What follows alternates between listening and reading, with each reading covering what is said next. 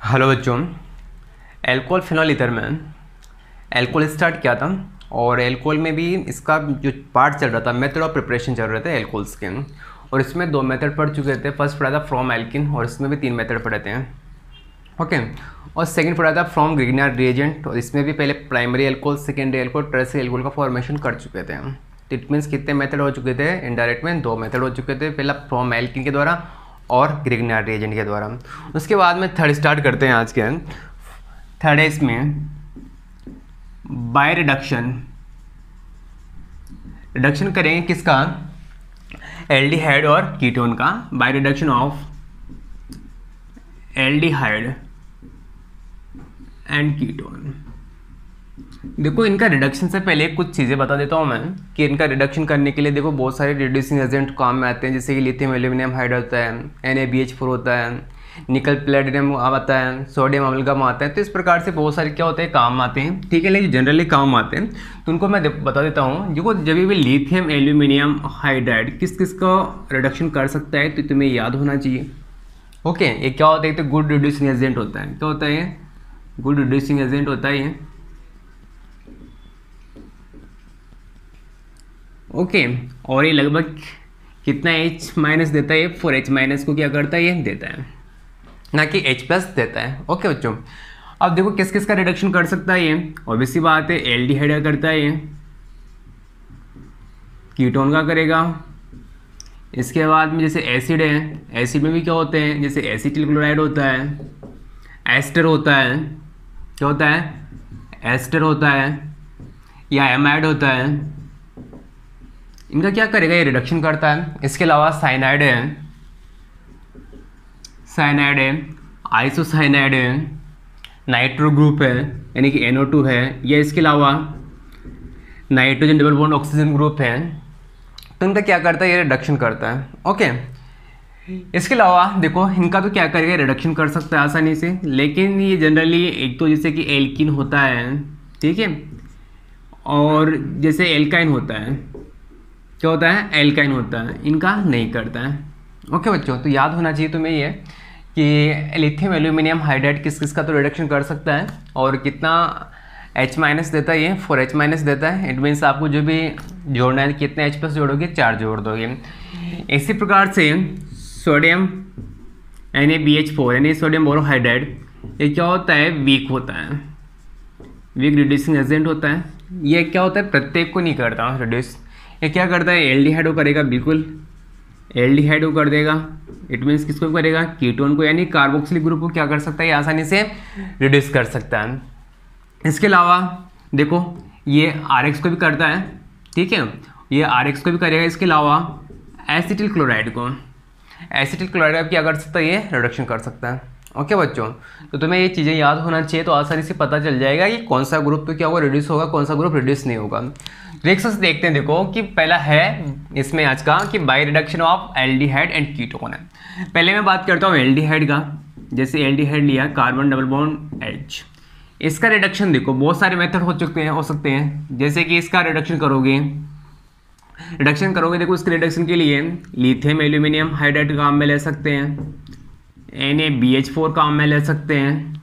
इसके अलावा sodium amalgam को काम में ले सकते हैं। ओके बच्चों, इसके अलावा देखो इसमें निकल, पैलेडियम, प्लेटिनम यूज कर सकते हो। इसके अलावा सोडियम प्लस C2H5OH भी यूज में ले सकते हो। ओके, तो उनको यूज लेने से क्या होता है? देखो कि यहाँ से क्या होगा कि लिथियम एल्यूमिनियम हाइड्राइड हो या NaBH4, ये इसका क्या करेगा? रिडक्शन करेंगे। रिडक्शन के द्वारा देखो, जब भी एल्डिहाइड या कीटोन होता है तो इसके रिडक्शन से हमेशा क्या होता है? एल्कोहल का क्या होता है? फॉर्मेशन होता है। तो यहाँ से क्या होगा कि देखो, जैसे कि रिडक्शन करना है, रिडक्शन करोगे तो उसको किस में चेंज करना है? एल्कोहल में चेंज करना है। तो देखो यहाँ से एक हाइड्रोजन यहाँ जोड़ दो, एक हाइड्रोजन यहाँ जोड़ दो। अगर NaBH4 काम में लेते हो तो यहाँ से क्या बनेगा? CH3 CH2 और OH का क्या हो जाएगा? फॉर्मेशन हो जाएगा। यानी कि क्या बन जाएगा? एथेनॉल का क्या हो जाएगा? फॉर्मेशन हो जाएगा। ओके, लेकिन सबसे इंपॉर्टेंट बात है, जब भी क्या होता है सोडियम प्लस C2H5OH काम में लेते हैं तो इसको एक नेम बोला जाता है, कोवेलेंट ब्लैंक रिडक्शन बोला जाता है। क्या बोला जाता है इसको?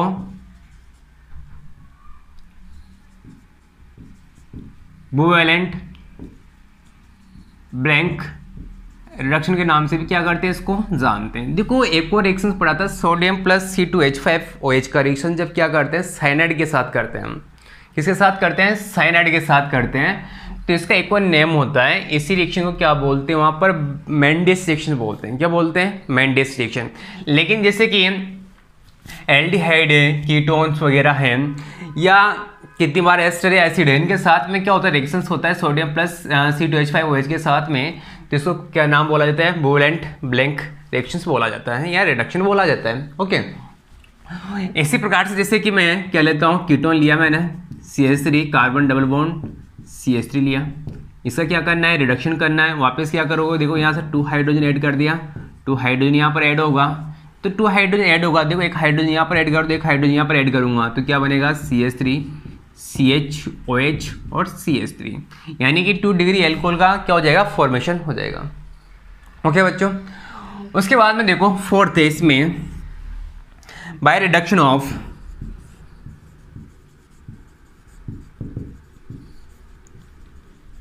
कार्बोक्सिलिक एसिड, क्या करना है, कार्बोक्सिलिक एसिड का क्या करना है, रिडक्शन करना है। ओके, देखो कार्बोक्सिलिक एसिड का रिडक्शन है। देखो एक और ध्यान देना है कि जब भी रिडक्शन करते हो, अगर कार्बोक्सिलिक ग्रुप का रिडक्शन करते हैं तो देखो पहले तो क्या मिलता है, इसमें CO ग्रुप मिलता है, यानी एल्डिहाइड में ब्रेक हो गया, क्या होगा, कीटोन में होता है। और जब इसका रिडक्शन करते हैं तो यहाँ से क्या मिलता है, एल्कोहल का क्या होता है, फॉर्मेशन होता है। अगर 2 हाइड्रोजन ऐड करोगे इसमें तो क्या होगा, या तो एल्डिहाइड का फॉर्मेशन होगा, किसका होगा, कीटोन का होगा। अगर वापस 2 हाइड्रोजन ऐड कर दोगे तो किसका हो जाएगा, एल्कोहल का क्या हो जाएगा, फॉर्मेशन हो जाएगा। ओके, तो देखो यहाँ से अगर जैसे कि कोई कार्बोक्सिलिक एसिड लिया, जैसे कि CH3 carbon double bond OH लिया, इसका क्या करना है, रिडक्शन करना है। ऑब्वियसली बात है, किसका फॉर्मेशन करना है, एल्कोहल का। तो कितने हाइड्रोजन ऐड करोगे, 4 हाइड्रोजन ऐड करना है तुम्हें। 4 हाइड्रोजन ऐड करोगे तो देखो यहाँ पर क्या काम में लोगे, NaBH4 तो ले नहीं सकते क्योंकि इसका रिडक्शन एजेंट है ही नहीं है।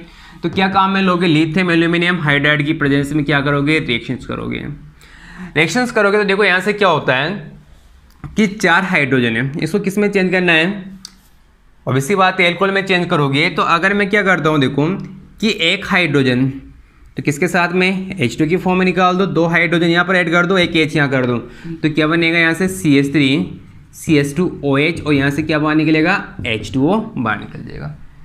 ओके, इसी प्रकार से 5th रिएक्शन है बाय रिडक्शन ऑफ एस्टर। अब एस्टर का वापस रिडक्शन करोगे तो एस्टर का रिडक्शन कौन करता है, क्या लोगे, reducing agent lithium aluminium hydride काम में लोगे। तो यहाँ से क्या होगा, देखो ये CH3 कार्बन डबल बॉन्ड और CH3 ले लिया मैंने, क्या है ये, एस्टर है। इसके पे में क्या करोगे, 4 हाइड्रोजन ऐड करोगे, presence of lithium aluminium hydride. Okay बच्चों, तो यहाँ से क्या करना है, देखो एक तो यहाँ से क्या करोगे, CH3OH तो क्या करोगे, बाहर निकाल दोगे 1 हाइड्रोजन के साथ में। ओके, कितने हाइड्रोजन बची हुई है, 3 हाइड्रोजन है। 3 हाइड्रोजन में से 2 हाइड्रोजन यहाँ पर ऐड करो, 1 हाइड्रोजन यहाँ पर ऐड करोगे, तो क्या बनेगा, यहाँ से CH3 CH2OH और यहाँ से क्या बनेगा, H2O क्या हो जाएगा, फॉर्मेशन हो जाएगा। ओके, नेक्स्ट मेथड है 6th by hydrolysis of ester. Ester क्या करना है, हाइड्रोलाइसिस करना है। ओके, हाइड्रोलाइसिस देखो इसका हाइड्रोलाइसिस करेंगे, जैसे एस्टर लिया CH3C डबल बॉन्ड O और C2H5, ओके, यानी कि इथाइल एथेनॉइड लिया। इसका क्या करना है, हाइड्रोलाइसिस करना है। पहले देखते हैं इसका एसिडिक मीडियम में हाइड्रोलाइसिस करेंगे और दूसरा करेंगे इसका बेसिक मीडियम में, यानी कि यहाँ पर NaOH के साथ में क्या करेंगे, इसका हाइड्रोलाइसिस करेंगे।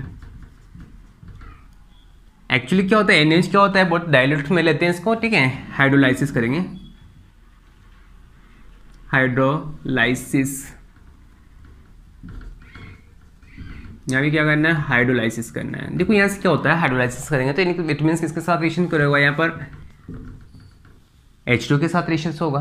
H2 के साथ रिएक्शन क्या होता है, देखो यहाँ से हाइड्रोजन किसके साथ में रिएक्शन करता है, C2H5O के साथ में रिएक्शन करेगा, और OH किसके साथ जुड़ जाएगा, CH3COO के साथ जुड़ जाएगा। तो यहाँ पर प्रोडक्ट मिलता है कार्बन डबल बॉन्ड OH, और यहाँ से क्या बनता है, C2H5OH।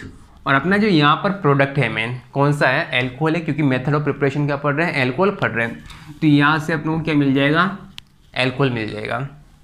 लेकिन अगर यही रिएक्शंस यानी कि हाइड्रोलाइसिस करना है किसके साथ में, बेसिक मीडियम में क्या करना है, हाइड्रोलाइसिस करना है। क्या होता है यहाँ से देखो कि इसमें कि यहाँ से क्या होता है, देखो OH तो अभी सी बात है, क्या देगा, OH माइनस देगा। तो यहाँ से क्या होता है, रिएक्शंस यहाँ से ना होकर यहाँ से क्या होता है, सोडियम किसके साथ जुड़ जाता है, इस ऑक्सीजन के साथ जुड़ जाएगा, और OH किसके साथ जुड़ जाएगा, C2H5 के साथ में। तो यहाँ से क्या होता है कि जो अपने पास कंपाउंड्स यानी कि जो प्रोडक्ट मिलते हैं वो क्या मिलते हैं, यहाँ पर डिफरेंट मिलता है। यहाँ पर तो क्या मिलता है, आपको सोल्ट मिलता है, और दूसरा यहाँ पर क्या मिलता है, C2H5OH। इस प्रकार से क्या होता है, एसिडिक मीडियम और बेसिक मीडियम में क्या होती है, रिएक्शंस क्या होती हैं, प्रोसीड होती हैं। ओके, उसके बाद में नेक्स्ट है फ्रॉम हेलोएल्केन। देखो हेलोएल्केन के साथ रिएक्शंस करना है, CH3 CH2 क्या लिया, Cl लिया। इसकी रिएक्शन जैसे कि क्या किया, एक्वस KOH के साथ रिएक्शंस करो, आप एक्वस KOH के साथ रिएक्शंस करोगे तो यहाँ से क्या होगा, KCl तो क्या करोगे, बाहर निकालोगे, और क्या बन जाएगा, यहाँ से CH3 CH2OH बन जाएगा, और यहाँ से क्या बाहर निकलेगा, KCl बाहर निकल जाएगा। ओके बच्चों, अब देखो ये रिएक्शंस अगर आप किसके साथ भी करवा सकते हैं, मोस्ट Ag2O के साथ भी करवा सकते हैं। क्या लोगे, मोस्ट फॉर्म में क्या लेते हैं, Ag2O लेते हैं। तो यहाँ से क्या होता है, जो Ag2 होता है मोस्ट फॉर्म में, तो अभी सी बात है क्या होता है, यहाँ से AgOH का क्या होता है, फॉर्मेशन होगा। AgOH का फॉर्मेशन होगा तो यहाँ से क्या होगा, AgCl बाहर निकालोगे, और यहाँ से OH किसके साथ जोड़ दोगे, इसके साथ में CH3 CH2 क्या बन जाएगा, OH का क्या हो जाएगा, फॉर्मेशन हो जाएगा। ओके, अब देखो इस रिएक्शन में जब रिएक्शंस होती हैं तो देखो यहाँ पर जो Ag2O लेते हैं, वैसे इस रिएक्शन के द्वारा क्या होता है, अगर आप KOH की जगह क्या लेते हो, Ag2O लेते हो, तो क्या होता है, बेस्ट मेथड होता है किसका, एल्कोहल बनाने का। अब क्वेश्चन ये है कि अगर आप KOH लेते हैं और KOH के द्वारा क्या हो रहा है, आसानी से यहाँ पर भी क्या मिल रहा है, एल्कोहल मिल रहा है, और यहाँ पर भी क्या मिल रहा है, एल्कोहल होता है। फिर भी इस रिएक्शन को क्या करते हैं, सूटेबल रिएक्शंस बोलते हैं। क्या बोलते हैं, सूटेबल रिएक्शन। ये क्यों रिएक्शन सूटेबल है, कि इसमें क्यों सूटेबल नहीं है, देखो यहाँ पर क्या होता है, जैसे कि KOH के साथ में रिएक्शंस होता है तो अपना प्रोडक्ट क्या बनता है, एल्कोहल बनता है। एल्कोहल बनेगा तो जो KOH है उसकी जो नेचर है वो क्या होगी, धीरे धीरे चेंज होगी, यानी कि जो एल्कोहल यानी एक्वस KOH है वो धीरे धीरे जैसे आपको कुछ मात्रा में क्या बनेगा, एल्कोहल बनेगा, तो धीरे धीरे क्या होगा, इसकी नेचर कौन सी हो जाएगी, एल्कोहलिक है, क्योंकि एक ही कंटेनर में मिलते हैं, और एल्कोहलिक KOH बन जाएगा, इसमें हल्की सी नेचर होगी। तो इसमें चांस होते हैं कि क्या मिलने के चांस भी होते हैं इसमें कि एल्किन भी मिल जाए, क्या मिल जाए, एल्किन भी मिल जाए, क्योंकि एल्कोहलिक KOH की प्रेजेंस में क्या होता है, रिएक्शन क्या होती है, NSR न होकर कौन सी रिएक्शन हो जाती है, एलिमिनेशन रिएक्शन हो जाती है। इस वजह से क्या होता है, इस रिएक्शन में जो फर्स्ट वाला रिएक्शन में पॉसिबिलिटी है कि क्या मिल सकती है, एल्किन भी मिल सकती है। लेकिन Ag2O के साथ में रिएक्शंस करते हैं तो कोई यहाँ पर क्या होता है, इस पर एल्कोहल का कोई इफेक्ट नहीं पड़ता, यानी कि एल्कोहलिक नेचर चेंज नहीं होती इसकी, या मैं से बोल सकता हूँ कि Ag2O की नेचर पर कोई इफेक्ट नहीं पड़ता है, किसकी वजह से, एल्कोहल की वजह से। ओके, तो यहाँ पर क्या होता है, ये बेस्ट रिएक्शंस होती है, सूटेबल रिएक्शंस होती है, ठीक है। और यहाँ पर क्या बाहर निकल जाएगा, यहाँ से AgCl क्या कर दो, बाहर कर दो। लेकिन जब यही रिएक्शंस क्या होता है, मोस्ट Ag2O की जगह क्या लेते हैं, ड्राई Ag2O लेते हैं। क्या लेते हैं, ड्राई Ag2O लेते हैं। तो ड्राई Ag2O की वजह से क्या होता है, यहाँ पर एल्कोहल ना मिलकर क्या मिलता है, ईथर का फॉर्मेशन होता है। इंपॉर्टेंट है ये, देखो बच्चों कि यहाँ पर क्या होता है, अगर आप मोस्ट Ag2O ना लेकर क्या लेते हो, ड्राई Ag2O लेते हो, तो यहाँ से क्या होता है, इसके 2 मोल रिएक्शंस करने लग जाते हैं, और यहाँ से क्या होता है, 2 मोल तो क्या निकलता है, AgCl निकलेगा। ओके, और CH3 CH2 और CH3 का क्या होता है, फॉर्मेशन होता है। तो यहाँ से बनता है CH3 CH2O CH2 CH3, और यहाँ से क्या बाहर निकल जाएगा, 2 AgCl क्या हो जाएगा, बाहर निकल जाएगा।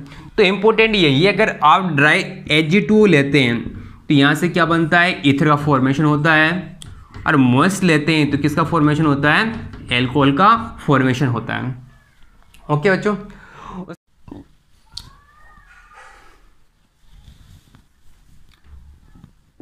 नेक्स्ट रिएक्शन है फ्रॉम एलिफेटिक प्राइमरी देखो एलिफेटिक यानी कि क्या लेना है, एरोमेटिक नहीं लेना, यानी कि जो स्ट्रेट चेन वाली क्या लेना है, एमीन लेना है। ओके, इसमें क्या होता है देखो कि CH3 CH2 क्या लिया, NH यानी CH3 CH2 NH2 लिया। अब इसका रिएक्शंस क्या करते हैं, देखो इसका रिएक्शंस करते हैं NaNO2 प्लस HCl के साथ रिएक्शंस करते हैं। क्या करते हैं, NaNO2 प्लस HCl के साथ में रिएक्शंस करते हैं। तो एक्चुअल में क्या होता है कि पहले जो NaNO2 प्लस HCl रिएक्शंस करता है, दोनों क्या होता है कि दोनों रिएक्शंस करके पहले तो क्या बनाते हैं, यहाँ से देखो HNO2 का क्या करते हैं, फॉर्मेशन करेंगे। क्या करेंगे, HNO2 का फॉर्मेशन करेंगे, यानी नाइट्रस एसिड का फॉर्मेशन करते हैं और यहाँ से क्या बनता है, NaCl बनता है। अब जो नाइट्रस एसिड है ये क्या करता है, रिएक्शन में पार्टिसिपेट करता है। रिएक्शन में पार्टिसिपेट करेगा, देखो इसको अगर मैं इस टाइप से लिखूँ कि नाइट्रोजन, यहाँ पर क्या हो गया, डबल बॉन्ड क्या कर दिया मैंने, ऑक्सीजन कर दिया। ओके, और इसके साथ में क्या ऐड कर दिया मैंने, OH ऐड कर दिया। तो यहाँ से क्या करोगे, बॉन्ड को ब्रेक करो, तो बॉन्ड को ब्रेक करोगे तो यहाँ से क्या मिल जाएगा, CH3 CH2 OH। इसके अलावा यहाँ से क्या मिलेगा, N2 मिलेगा और लास्ट में क्या मिलेगा, H2 का क्या हो जाएगा, फॉर्मेशन हो जाएगा। तो एक तरह से फ्रॉम एलिफेटिक प्राइमरी एमीन में रिएक्शन किसके साथ करते हैं, नाइट्रस एसिड के साथ में रिएक्शंस की जाती हैं। लास्ट में प्रोडक्ट क्या मिल जाता है, CH3 CH2H यानी कि एल्कोहल क्या हो जाता है, फॉर्मेशन हो जाता है, जिसका नेम क्या होता है, एथेनॉल होता है। ओके, लेकिन इसमें स्पेशल पॉइंट भी है। स्पेशल पॉइंट क्या है, देखो कि इस रिएक्शन के द्वारा अगर आप चाहते हो कि क्या बन जाए, CH3OH का फॉर्मेशन कर लो, तो ऐसा पॉसिबल नहीं है। ओके, ऐसा क्यों पॉसिबल नहीं है, देखो एक्चुअली क्या होता है कि अगर आप ये बनाते हो CH3OH के साथ में क्या करते हो, रिएक्शंस करते हो, लास्ट प्रोडक्ट एल्कोहल ना मिलकर क्या मिलता है, यहाँ पर ईथर मिलता है। क्या मिलता है, ईथर का फॉर्मेशन होता है। तो इस वजह से याद रखिए, इसमें स्पेशल पॉइंट क्या है कि इस रिएक्शन के द्वारा क्या होता है, एल्कोहल का फॉर्मेशन नहीं होता है, यानी कि CH3OH का फॉर्मेशन नहीं होता है। अगर आप ये लेते हो, यानी कि अगर आप क्या लेते हो कि CH3NH2 लेते हो और इसकी रिएक्शन किसके साथ करते हैं, NaNO2 प्लस HCl के साथ करते हैं, तो यहाँ पर क्या मिलता है, ईथर का फॉर्मेशन होता है। देखो किस प्रकार से होता है, जैसे CH3NH2 लिया, NaNO2 लिया और वापस क्या लिया, HCl लिया, तो यहाँ के दो हाइड्रोजन, दो ऑक्सीजन, दो हाइड्रोजन मिलकर तो क्या बनाते हैं, यहाँ से 2H2 का फॉर्मेशन करेंगे। ओके, इसके अलावा यहाँ से 2N2 क्या हो, सॉरी नाइट्रोजन ऐड हो जाएगा, तो यहाँ पर क्या बनता है एक्चुअल में CH3N2 प्लस और क्या बनता है, Cl। इस तरह का कोई कंपाउंड बनता है यहाँ पर इंटरमीडिएट में। ओके, और यहाँ से क्या होता है, 2H2 क्या होता है, यहाँ से बाहर निकलता है। ओके, इसके अलावा एक क्या निकल जाएगा, यहाँ से NaCl बाहर निकलता है। क्या निकलता है, NaCl बाहर निकलता है। अब क्या होता है, जैसे ये रिएक्शन दे वापस क्या लेते हैं इसमें, कि जब इसकी रिएक्शन वापस क्या करते हैं, CH3OH के साथ करते हैं। क्या करते हैं, CH3OH के साथ में रिएक्शंस करते हैं। तो देखो इस रिएक्शन का जब मैकेनिज्म देखते हो तो यहाँ पर क्या बनता है, एक कार्बोकेटायन बनता है, CH3 कार्बोकेटायन का क्या होता है, फॉर्मेशन भी होता है।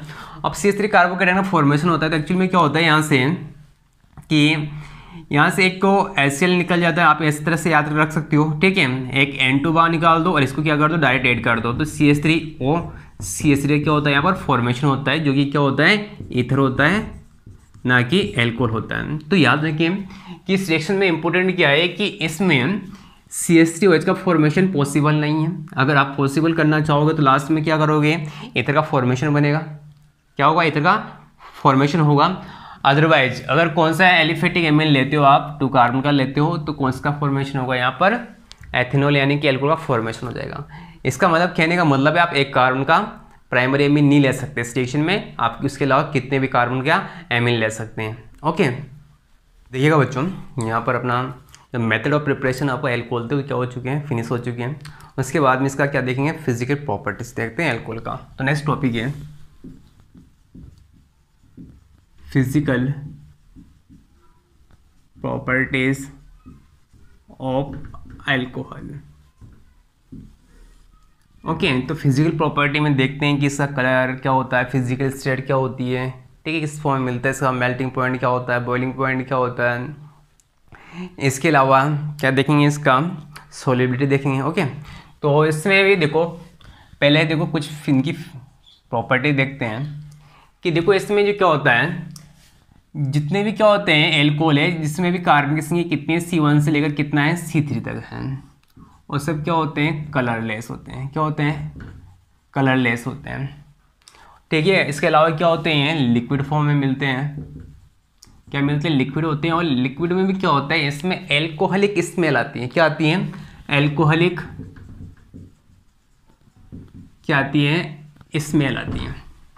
ओके, इसके बाद में याद रखें सेकंड नेक्स्ट पॉइंट क्या है, अगर C4 से C11 वाले जितने भी एल्कोहल होते हैं, ठीक है, ये क्या होते हैं, ऑयल लाइक क्या होते हैं, लिक्विड होते हैं। यानी कि जैसे ऑयल होता है हल्का सा चिपचिपा, उसी तरह से क्या होते हैं, उस टाइप के क्या होते हैं, एल्कोहल होते हैं। ठीक है, इसके अलावा देखो ये क्या होते हैं, जो लिक्विड होते हैं और इनकी एक नेचर होती है, क्या होते हैं, वॉलेटाइल नेचर होती है। इसे गर्म करोगे तो इनकी क्या बनेगी, वेपर का क्या होगा, फॉर्मेशन होगा। उसके बाद में देखो नेक्स्ट है, अगर कोई एल्कोहल है जिसमें कार्बन कितने 12 है, ये इससे भी ज़्यादा हो, या तो इसके इक्वल हो या इससे भी ज़्यादा हो, और सब क्या होते हैं, देखो ये होते हैं वैक्सी, यानी कि वैक्सी सॉलिड होते हैं। जैसे वैक्स होता है जिसको बोलते हैं मोम, उसी तरह के क्या होते हैं, उसी टाइप के क्या होते हैं, सॉलिड होते हैं। ओके, इसके अलावा देखो अगर मैं लेता हूँ CH3OH, स्पेशली क्या ले लिया मैंने, मेथेनॉल लिया। क्या लिया, मेथेनॉल लिया। ये क्या होता है, पॉइजन एल्कोहल होता है।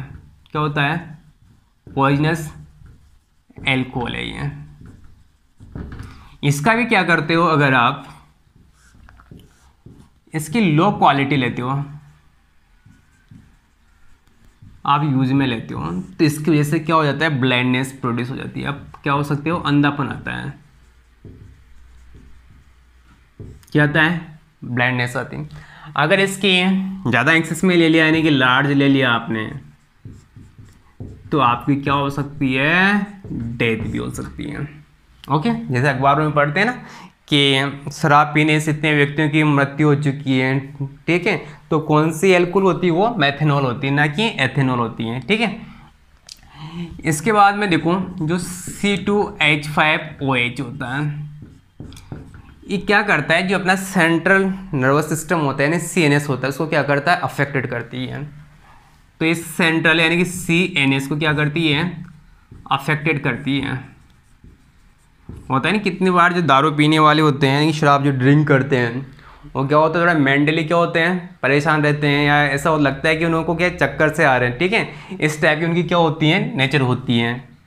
ठीक है, तो क्या होता है, क्योंकि उनका क्या होता है, सीरियस क्या हो जाता है, अफेक्टेड होता है। इस वजह से क्या होता है, आपको ऐसा लगता है कि इसको क्या आ रहे हैं, चक्कर वगैरह आ रहे हैं। ठीक है, उसके बाद में देखो अगर टर्सरी एल्कोहल है, टर्सरी एल्कोहल यानी कि कार्बन CH3OH लिया, यानी कि कौन सा हो गया, ये टर्सरी एल्कोहल है। टर्सरी एल्कोहल क्या होता है, देखो इसकी एक नेचर होती है, ये क्या होता है, हिप्नोटिक होता है। क्या होता है, ये हिप्नोटिक होता है। इसके अलावा क्या होता है, ट्रैंक्विलाइजर भी होता है। ट्रैंक्विलाइजर, ट्रैंक्विलाइजर का मतलब क्या होता है, देखो ट्रैंक्विलाइजर जितने भी क्या होते हैं, मेंटली डिजीज होती हैं। जैसे कोई व्यक्ति क्या होता है, जैसे पागल होता है, मैड पर्सन होता है, तो उनमें क्या होता है, जो टाइप की मेडिसिन होती है वो किस कैटेगरी में आती है, ट्रैंक्विलाइजर की कैटेगरी में आती है। उसके बाद में देखते हैं इसका बॉइलिंग पॉइंट।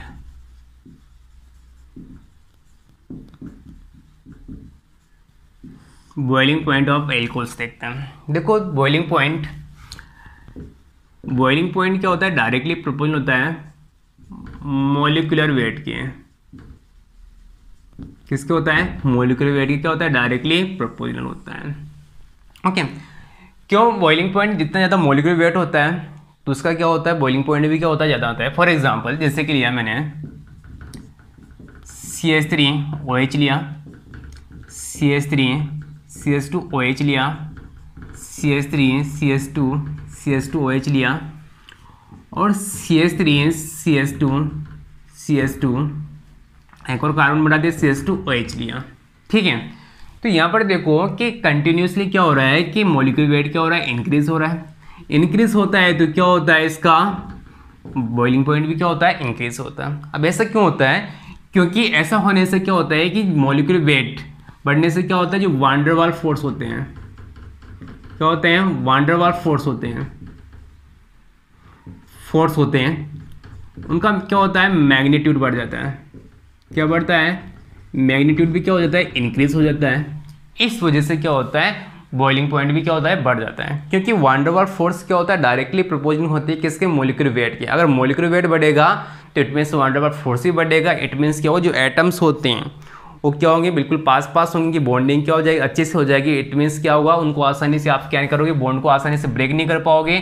तो इसकी वजह से आपको क्या करना पड़ेगा, टेम्परेचर बढ़ाना पड़ेगा। इट मीन्स क्या करना पड़ेगा, उसका बॉइलिंग पॉइंट ज़्यादा हो जाएगा। ओके, उसके बाद देखो इसमें नेक्स्ट टाइम अगर आपको क्या दिया हुआ है, आइसोमेरिक एल्कोहल दिया हुआ है। क्या दिया हुआ है, आइसोमेरिक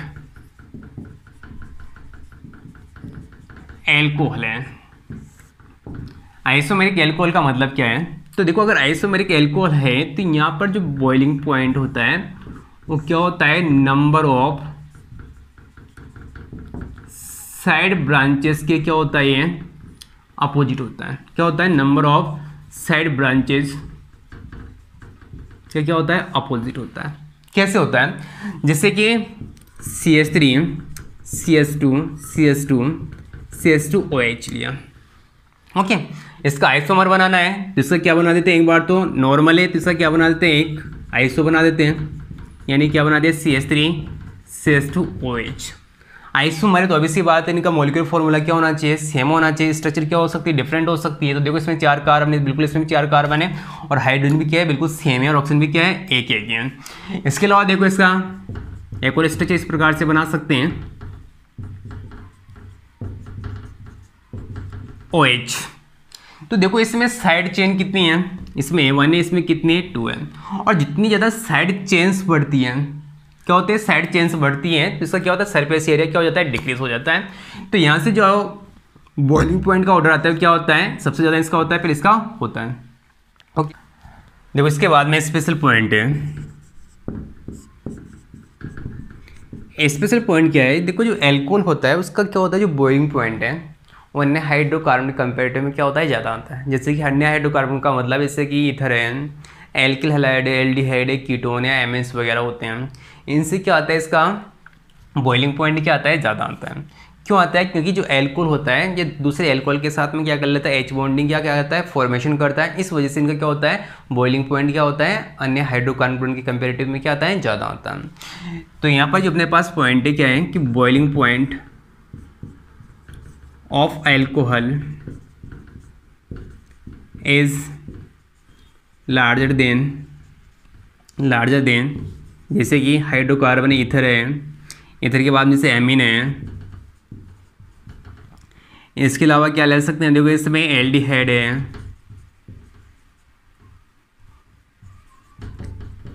कीटोन है, एल्किल हैलाइड है, ठीक है। जितने भी क्या होते हैं बॉइलिंग पॉइंट होता है एल्कोहल का क्या होता है, ज़्यादा होता है। जितने भी लिखा है मैंने, चाहे ईथर हो, एमीन हो, एल्डिहाइड हो, कीटोन है, एल्किल हैलाइड हो। ऐसा क्यों होता है, क्योंकि क्या होता है, चाहिए क्या रखते हैं, सेम मॉलिक्यूलर वेट रखते हैं, विच हैव सिमिलर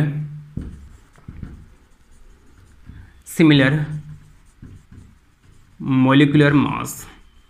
इनका क्या होता है, चाहिए मॉलिक्यूलर मास क्या सेम हो, फिर भी क्या होता है, जो एल्कोहल होता है उसका क्या होता है, बॉइलिंग पॉइंट क्या होता है, ज़्यादा आता है कंपेरेटिव इन सभी से। क्यों होता है, बिकॉज क्या होता है, because hydrogen bond are present between two alcohol molecule. तो ऐसा क्यों होता है कि जिनका भी मॉलिक्यूलर मास क्या होता है, सेम होता है, जितने भी हाइड्रोकार्बन का, उसमें एल्कोहल का क्यों ज़्यादा आता है, क्योंकि एल्कोहल के बीच में जो दो मॉलिक्यूल होते हैं उनके बीच में क्या मिलता है, हाइड्रोजन बॉन्डिंग होती है। कैसे होती हैं, जैसे कि मैंने लिया ROH लिया, क्या हो गया, एल्कोहल हो गया।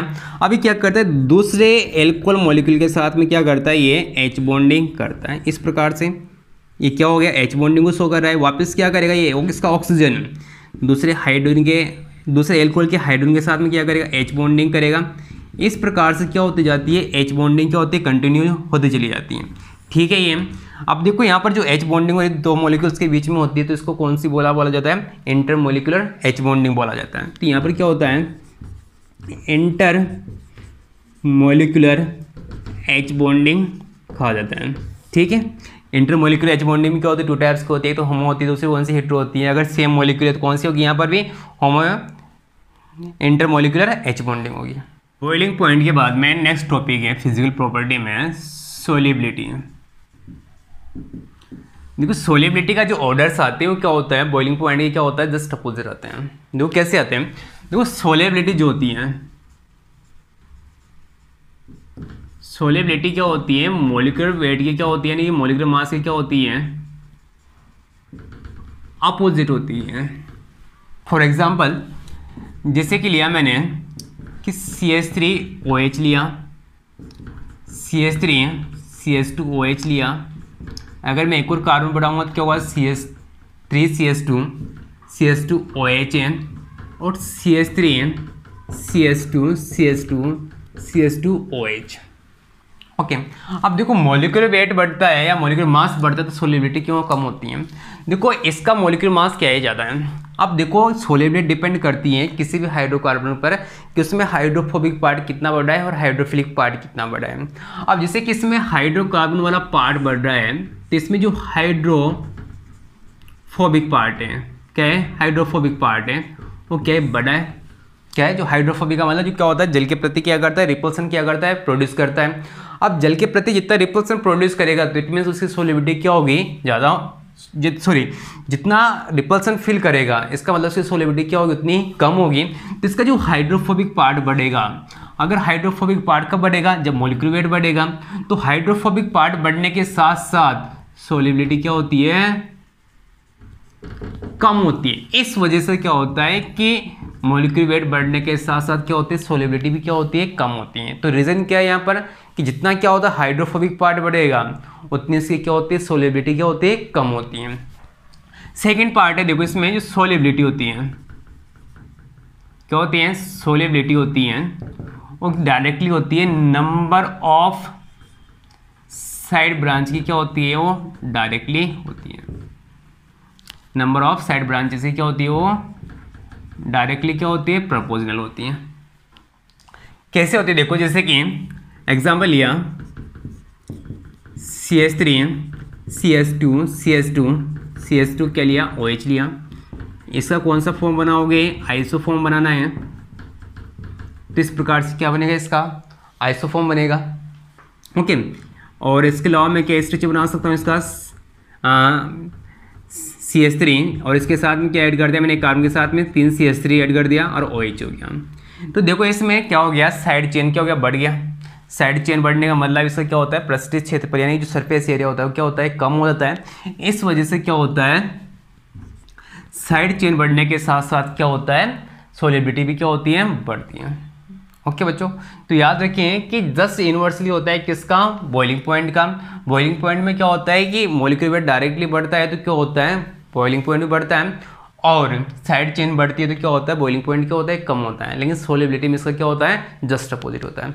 इसके अलावा एक और पॉइंट याद रखिए, देखो इसमें कि अगर कोई कंपाउंड दिए आपको डिफरेंट टाइप के और उसमें नंबर ऑफ OH मॉलिक्यूल्स क्या है, ज़्यादा है, तो उसकी सोलिबिलिटी भी क्या होगी, ज़्यादा होगी। तो याद रखें जो सोलिबिलिटी होती है, सोलिबिलिटी होती है वो डायरेक्टली प्रोपोर्शनल होती है number of OH minus group की। जितना ज़्यादा हाइड्रोक्सी ग्रुप होता है उसकी सोलिबिलिटी क्या होती है, उतनी ही ज़्यादा होती है। जैसे कि देखो जब इसके क्लासिफिकेशन बताया तो मैंने बताया था मोनोहाइड्रिक यानी कि जिसमें कितना OH ग्रुप प्रेजेंस होता है 1। अगर डाइहाइड्रिक या ट्राइहाइड्रिक हो तो यहाँ पर सोलिबिलिटी किसकी ज़्यादा होती है, ट्राइहाइड्रिक की ज़्यादा होती है। ओके बच्चों, तो याद रखें, तो यहाँ पर क्या होगा, मोनोहाइड्रिक का क्या होता है, सोलिबिलिटी कम होता है, उसके बाद में डाइहाइड्रिक का होता है, उसके बाद में क्या होता है, ट्राइहाइड्रिक का होता है। ओके, इसके अलावा देखो ध्यान देना कि जितने भी क्या होते हैं एल्कोहल होते हैं, क्या होते हैं वाटर के अंदर क्या होते हैं सोल्यूबल होते हैं, क्या होते हैं वाटर के अंदर क्या होते हैं सोल्यूबल होते हैं। तो एक और स्पेशल पॉइंट यहाँ पर बनता है कि alcohol are soluble in water. क्यों होता है सोल्यूबल होता है? Due to H bonding. देखो जितने भी ऑर्गेनिक कंपाउंड होते हैं वैसे जनरली क्या होता है कि वाटर के अंदर क्या होता है डिजोल्व नहीं होते हैं, लेकिन क्या होता है जो एल्कोहल होता है वाटर के अंदर क्या होता है डिजोल्व होता है। क्यों होता है? क्योंकि क्या कर लेता है ये कि जो एल्कोहल होता है ये क्या करता है H2 मॉलिक्यूल के साथ में क्या करता है H बॉन्डिंग करता है। कैसे करता है? देखो जैसे कि एल्कोहल लिया इस तरह से, ये क्या करता है जो हाइड्रोजन मॉलिक्यूल है उसके साथ में क्या कर लेता है H बॉन्डिंग करेगा। इस प्रकार से वापस क्या होगा, एल्कोहल लिया, एल्कोहल का हाइड्रोजन इसके साथ में क्या करेगा H बॉन्डिंग करेगा। तो H बॉन्डिंग करने की वजह से क्या होता है कि alcohol are soluble in water due to presence of H bonding. Okay बच्चों, तो यहाँ पर अपना ये क्या हो चुकी है फिजिकल प्रॉपर्टी खत्म हो चुकी है।